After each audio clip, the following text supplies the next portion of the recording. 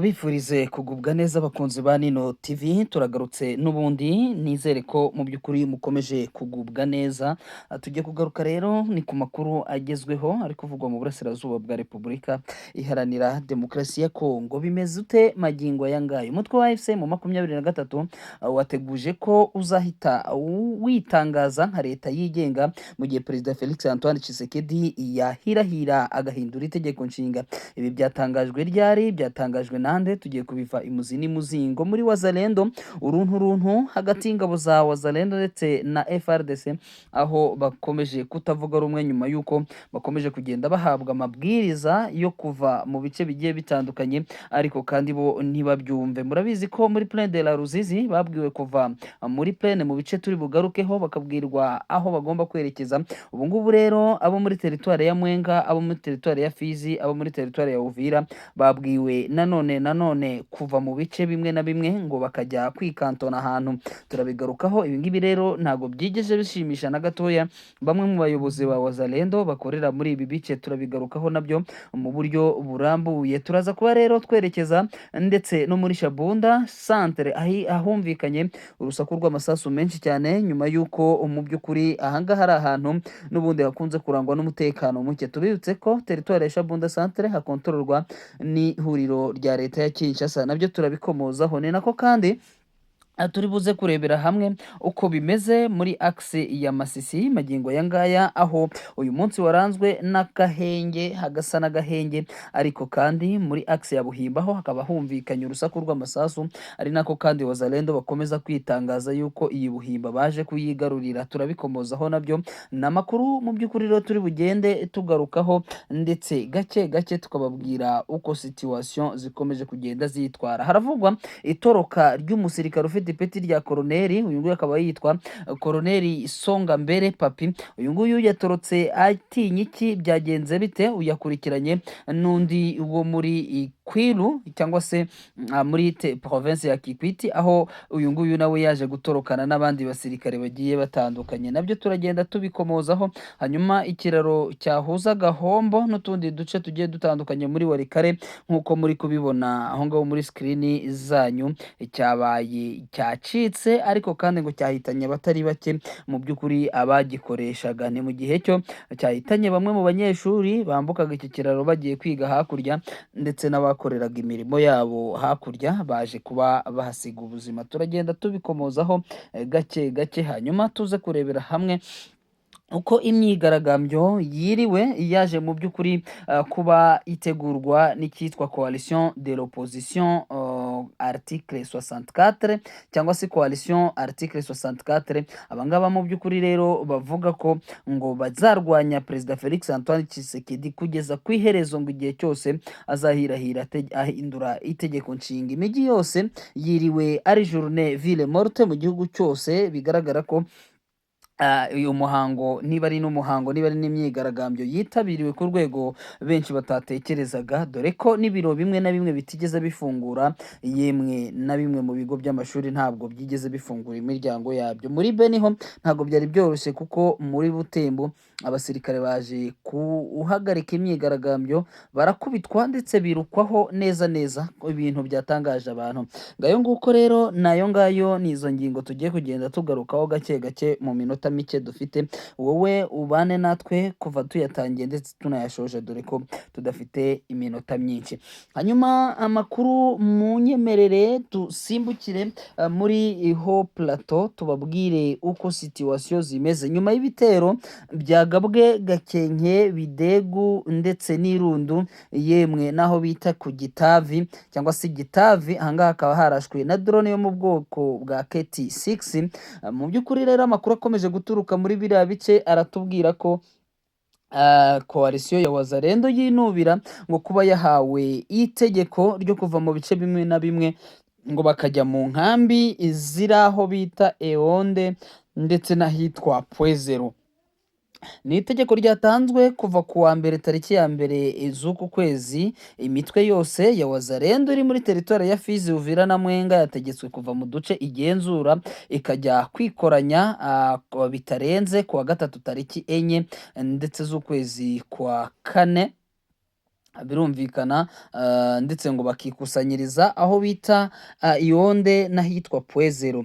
Ayo makuru atugeraho aratubwira ko rero ari amasezerano yasinywe i Doha, Qatar, hagati ya leta ndetse n'inyeshyamba za FCM 23. M23 ikaba yarasabye ko imitwe yitwaje intwaro ishyigikiye leta ya Kinshasa yava mu turere tw'imirwano, ahubwo ngo bakagenda kuko bakekwaga yuko bashobora kugaba ibitero isaha iyo ari yo yose. Kugeza amagingo ya rero izi Wazalendo ntabwo ziri kubyumva neza cyane, ni umwuka mubi mu by'ukuri urimo uragaragara hagati ya FARDC ndetse na Wazalendo. Mwibuke ko nanone abari baherereye muri Plaine de la Ruzizi, yemwe abari kuva Ruvungi, Ruberizi, Mutarure, Bwegera, Sange, aba bose babwiwe yuko bagomba kuhava bakerekeza aho bita Kabunambo ndetse na Runingu. Abangaba ntago babyumvise neza ndetse baranabyanze, haza kubaho ndetse no kurasana. Amakuru atugeraho aratubwira ko rero n'abangaba mu misozi miremire ndetse na Baraka babwiwe kujya kwikusanyiriza ahantu hamwe.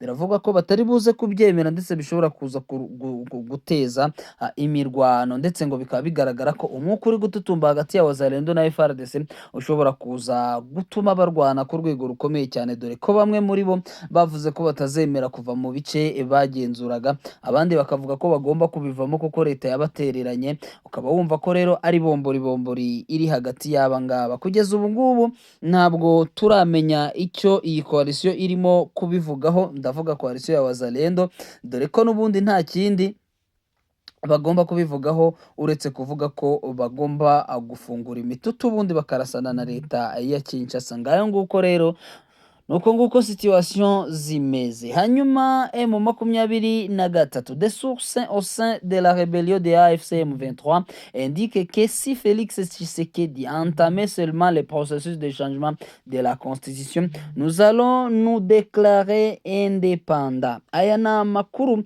yakomeje kugenda acicikana ku mbuga nkoranyambaga, aho avuga ati umutwe wa FC M23 wateguje ko uzahita witangaza nka leta yigenga mu gihe Perezida Felix Antoine Tshisekedi wa Repubulika Iharanira Demokarasi ya Kongo azahirahira ashaka guhindura cyangwa se azahirahira agakomeza urugendo rwo guhindura itegeko nshinga kugira ngo agume ku butegetsi. Aya ni amakuru akomeje kugenda aca hirya no hino kandi mu by'ukuri agaragara, ndetse bikaba byaragiye bivugwa. Murabizi ko nka meya w'umujyi wa Goma Desire Ngabo Kisuba yaje kubitangaza, yemwe n'abandi bagiye batandukanye mu mivugire yabo nka ba Bertrand Bisimwa bagiye bagaragaza ko Perezida Felix Antoine Tshisekedi igihe cyose yahirahira ashaka kuguma ku butegetsi nta kindi kizakorwa uretse kwidekarara nk'abigenga. Ngayo nguko rero murumva ko bitoroshye kandi byanga bikunze. Ba Denis Mukwege barabivuze n'abandi banyapolitike bagiye batandukanye bari kuvuga ko Tshisekedi guhindura itegeko nshinga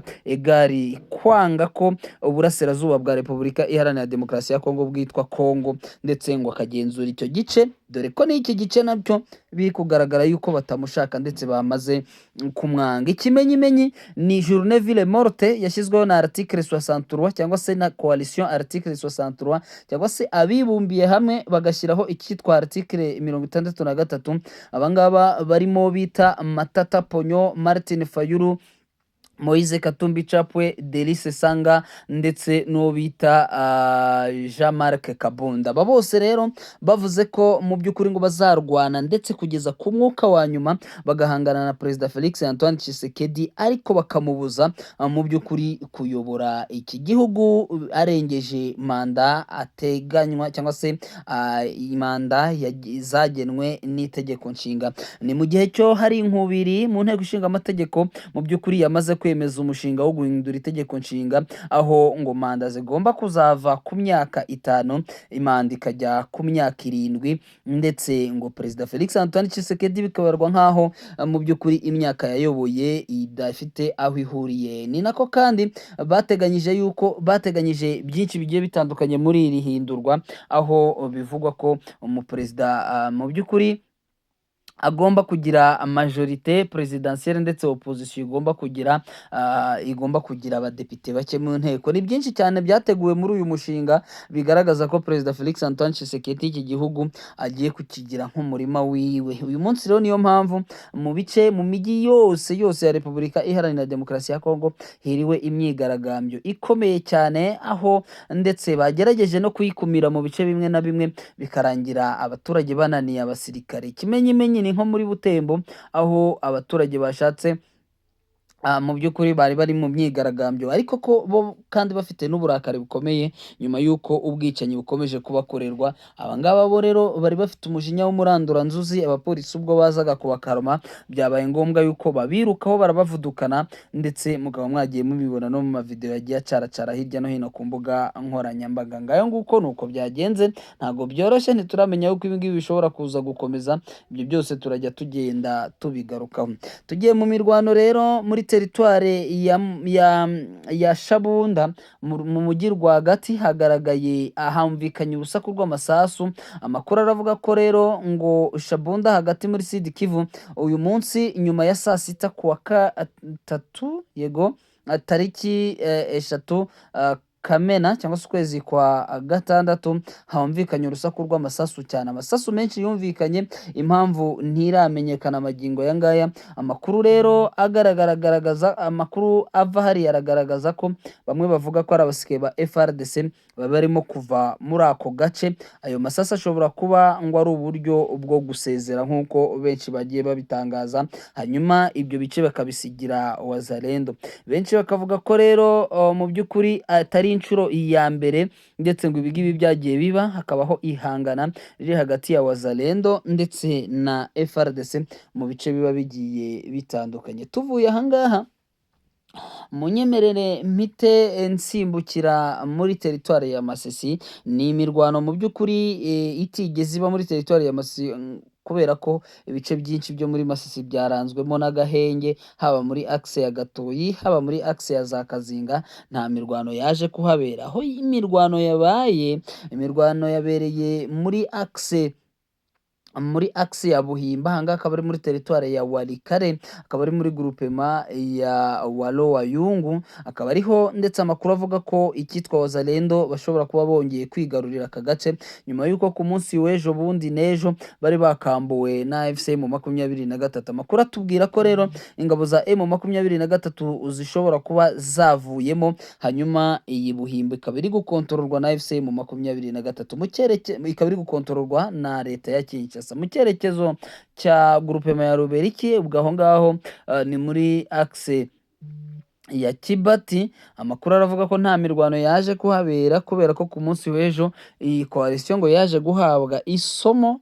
mu by'ukuri ry'urugamba, ndetse ngo bagakubitwa ku rwego rukomeye cyane nk'uko amakuru atugeraho atubwira. Murumva ko rero ari ibintu bitoroshye na gatoya. Mu by'ukuri akaba urugamba isaha iyo ari yose muri biriya bice bishobora kwaduka, kandi rukaba bishobora gufata indi ntera. Repubulika Iharanira Demokarasi ya Kongo yamaze mu by'ukuri kuramforosa amasezerano mu bya gisirikare ndetse n'igihugu cya Repubulika ya Czech. Ni amasezerano yasinyweho na ambasaderi Petre Selepa ndetse na ministre w'ingabo Guy Kabombo Mandiavita. Bakaba baganiye yuko bazohereza abapilote ndetse bakohereza n'ibikoresho byo mu kirere, bakaba bazabyohereza ahangaha mu bice by'uburasirazuba mu kurwanya AFC M23. Tubibutse ko mu kibira inkuba yahakubitiye, ndetse ngo yaje gushimuta inkuba n'ibishimuta simbizi, yaje gushimutana bamwe mu basirikare bo muri Repubulika ya Czech. Ndabashimiye cyane, dusubire ni mu kanya, bye bye.